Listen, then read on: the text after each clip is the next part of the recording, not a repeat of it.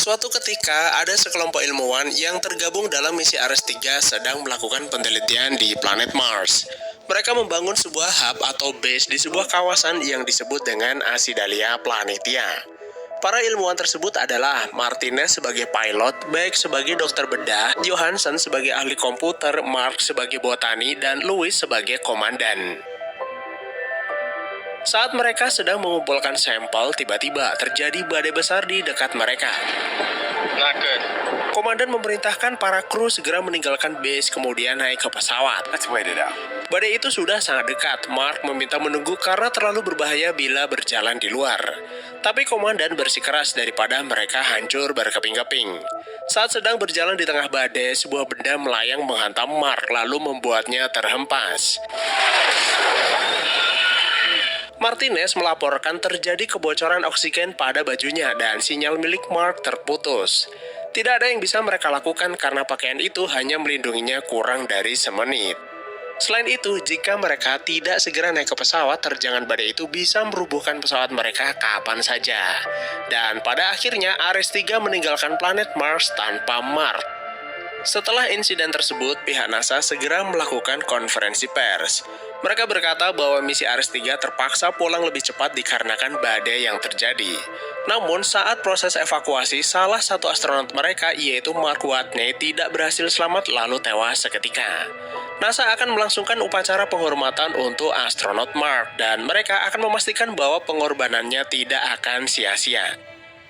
Oke, kita kembali ke planet Mars. Setelah badai usai, Mark yang mereka sangka telah meninggal ternyata masih hidup. Bunyi peringatan menipisnya kadar oksigen membangunkan Mark dari pingsannya. Sebuah benda besi menusuk perutnya dan secara ajaib benda itu juga memperlambat habisnya oksigen. Mark berjalan menuju hub yang selamat dari terjangan badai lalu mengobati lukanya. Prosedur standar astronot yang sedang menjalankan misi adalah membuat rekaman harian. Mark Watney, astronaut. Hari itu adalah Sol ke-19 misi mereka di planet Mars dan Sol adalah sebutan hari untuk planet Mars. Nah, perlu diketahui bahwa satu hari atau satu Sol di planet Mars berlangsung selama 25,6 jam. Sedangkan satu kali mengelilingi matahari, planet Mars membutuhkan waktu selama 687 hari. Dalam rekaman video, Mark berkata bahwa antena utama telah rusak. Saluran komunikasi terputus dan tidak ada cara menghubungi NASA. Seandainya bisa menghubungi pun percuma karena misi berikutnya akan datang 4 tahun kemudian dan teman-temannya saat ini tuh sedang perjalanan pulang ke bumi tanpa tahu kalau dirinya tuh masih hidup. Selain itu, tidak ada yang tahu jika sewaktu-waktu badai menghancurkan base-nya atau tabung oksigen rusak, maka ia tidak akan selamat. Keesokan harinya, Mark mulai menghitung persediaan makanan yang tersisa.